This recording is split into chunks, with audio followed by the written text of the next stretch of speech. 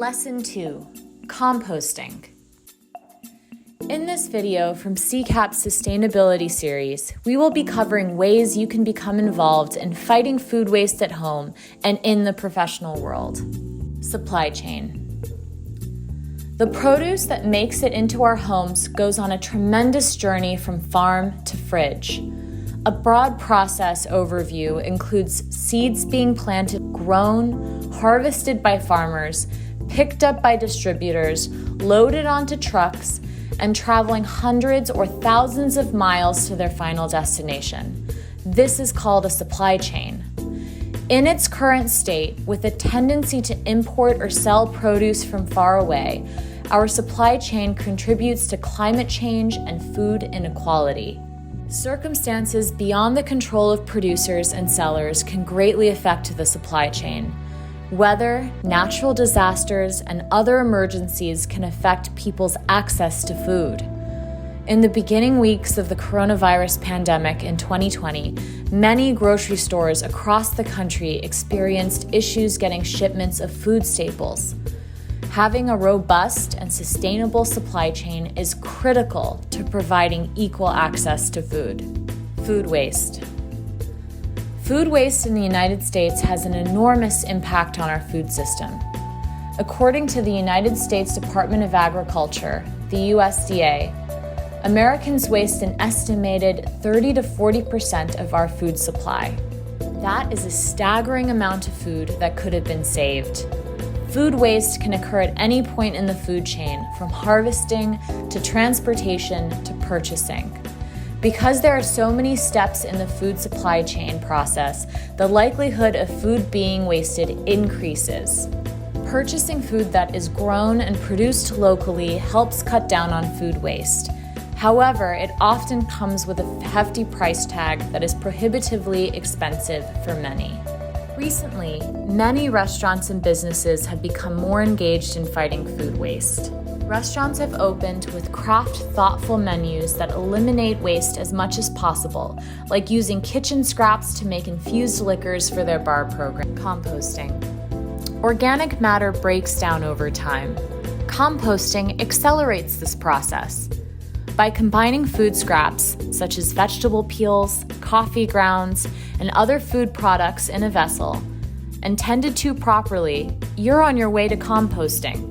In a short amount of time, with the right technique, you can have a soil-like product that can beneficially add to your ground soil. For those who live in apartments or are unable to compost at home, many city sanitation departments now offer curbside pickup of food scraps that the city may use to compost.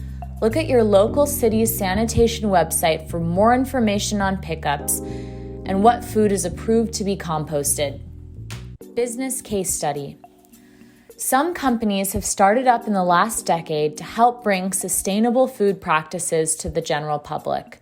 In Philadelphia, SoCal Compost began as a way to make compost more accessible for people living in cities.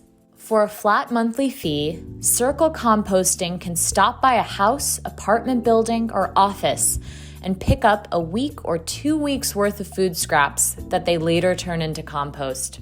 The founders of SoCal Compost were inspired to start their business when they learned how much of our food is wasted annually.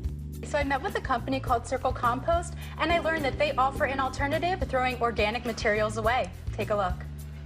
SoCal Compost is a company that prevents food waste, leaves, and other organic discards from being landfilled. Their goal is to provide an alternative to throwing organic materials away. Owner of SoCal Compost, Dave Bluvman, knew he wanted to make a difference after seeing a staggering statistic.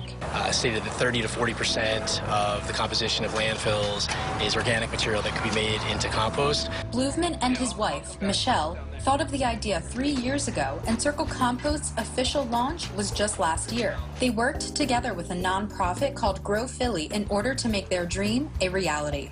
Speaking with Matt Subitz, who runs Grow Philly, about the fact that the farms buy compost, we thought, okay, well, maybe we can do something where we donate the finished compost and alleviate some of the costs that the nonprofits out there. Other food businesses have started to bring potentially wasted food to customers for a lower price point. One company, Too Good To Go, launched an app to help restaurants fight food waste on a global scale.